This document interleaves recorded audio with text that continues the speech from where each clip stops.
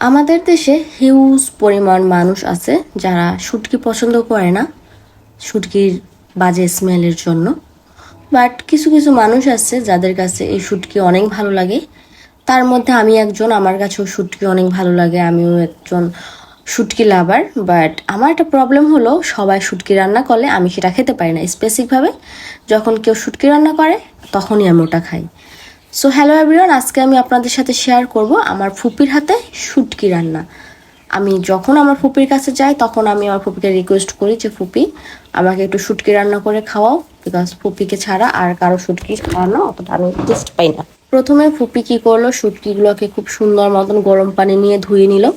শুটকিগুলোতে কিন্তু বালি থাকে, এই জন্য কয়েক ধাপে সুন্দর মতন ধুয়ে নিতে হবে। ধুয়ে নেওয়ার পর চুলায় একটা কড়াই দিয়ে তাতে সামান্য তেল, আগেই বলে রাখি শুটকিতে যদি সামান্য একটু তেল, পেঁয়াজ, মরিচ এগুলো বেশি হয় তাহলে কিন্তু খেতে একদমই খারাপ লাগবে না। কারণ শুটকি একটু মশলা হলেই বেশি ভালো লাগে খেতে, তাহলে ব্যাড স্মেলটা একটু কম আসে। মশলা বলতে পেঁয়াজের পরিমাণটা একটু বেশি দিলেই হয়, আর তেল আর পেঁয়াজ জাস্ট এনাফ, এর বেশি আর মনে হয় না কিছু লাগে। এই শুটকিগুলোর নাম হচ্ছে সুরি শুটকি। এই শুটকিগুলো আমার ভাই সীতাকুণ্ড থেকে নিয়ে আসছিল যখন ও ট্যুরে গিয়েছিল। এখানে ফুপি কিন্তু কড়াইতে তেল গরম করে তাতে সামান্য পেঁয়াজ এবং নুন দিয়ে ভালো মতন মানে নেড়ে চেড়ে নেবে।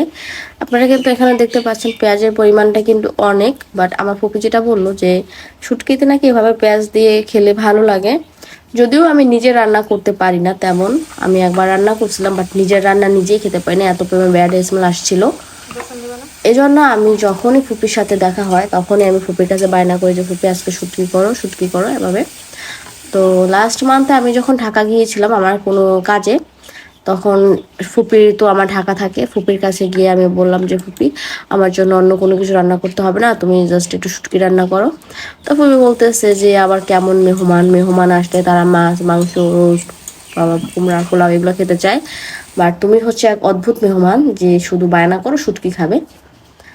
আপনারা দেখতে পাচ্ছেন ফুপি কিন্তু এগুলা পেঁয়াজটা একদম লাল লাল করে ভেজে নিল, সামান্য এখানে কাঁচামরিচও দিয়ে দিল। এখানে কিন্তু গুঁড়ো মরিচ যেটা আছে সেটাও পরে অ্যাড করা হবে ঝালের জন্য, আর স্মেলের জন্য কিন্তু কাঁচামরিচ, তারপর এখানে সামান্য আদা বাটা দিয়ে দিল। আমি কিন্তু ছোটবেলা থেকেও তেমন শুটকি পছন্দ করতাম না আর কখনো খাইওনি। বাট একবার 2018 সালের দিকে আমি ফুপিদের বাসায় যাই, তখন ফুপি দুপুরের খাবারটা রান্না করে, আমি তখন জার্নি করে ফুপির বাসায় গেলাম।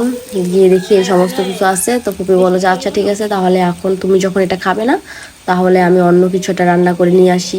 তখন আমি বললাম যে এখন আবার কষ্ট করে যাওয়া, তাহলে দেখ মানে যেটা আছে ওটাই দাও, আমি যেটা খেতে পারি তো খেলাম। তারপরে আমি শখের বসে 1 চামচ শুটকি নিলাম। তো ওই যে খেলাম তখন থেকে আমি শুটকি হিউজ পরিমাণে ফ্যান হয়ে গেলাম। এর আগে যে শুটকি আমি ট্রাই করিনি এমনটা না, এর আগেও আমি বহুবার ট্রাই করছিলাম, বাট যেটা বাজে স্মেল ছিল যার কারণে আমি মুখে দিয়েই পরে আবার আমাকে ফেলে দেওয়া লাগছে। তো এখানে কিন্তু পেঁয়াজ, কাঁচামরিচ, তারপর আদা, রসুন আর শুকনো মরিচের গুঁড়া, হলুদ গুঁড়ো এগুলো অ্যাড করে দিল। অনেকক্ষণ কষিয়ে এতে যে সামান্য শুটকি ছিল ওটা দিয়ে দিল। শুটকি দেওয়ার আগে কিন্তু এই যে মশলাগুলো আছে এগুলো কিন্তু ভালো মতন কষিয়ে নিতে হবে, কারণ সব আপনি যত মশলা কষাবেন তত আপনার কাছে খেতে ভালো লাগবে। কষানো হয়ে গেলে এরপর আপনি এখানে দিয়ে দিবেন শুটকি। শুটকি দিয়েও কিছুক্ষণ নেড়ে চেড়ে নেবেন। নেড়ে চেড়ে নেওয়ার পর ফুপে এখানে পানি দিয়ে দিল, পানিটা আমি ভিডিওতে অ্যাড করতে পারলাম না। পানি দিয়ে যখন রান্নাটা হয়ে গেল তখন উপর থেকে ধনেপাতা অ্যাড করে দেওয়া হলো। যাই হোক, এই মশলা এরপর এই ধনেপাতা এই সমস্ত কিছু স্মেলটা মেবি এক হয়ে তারপর শুটকি থেকে যে বাজে একটা স্মেল আছে ওটা আর আসে না। হ্যাঁ, আর এরকম করে অনেকক্ষণ কষিয়েছে, দেখতে পাচ্ছেন রান্না করা শেষ। আমি আবার এখানে একটু ডেকোরেশন করে নিলাম, জাস্ট কালারটা অনেক সুন্দর আসছে, ঝাল ঝাল, খেতেও খুব মজা হয়েছে।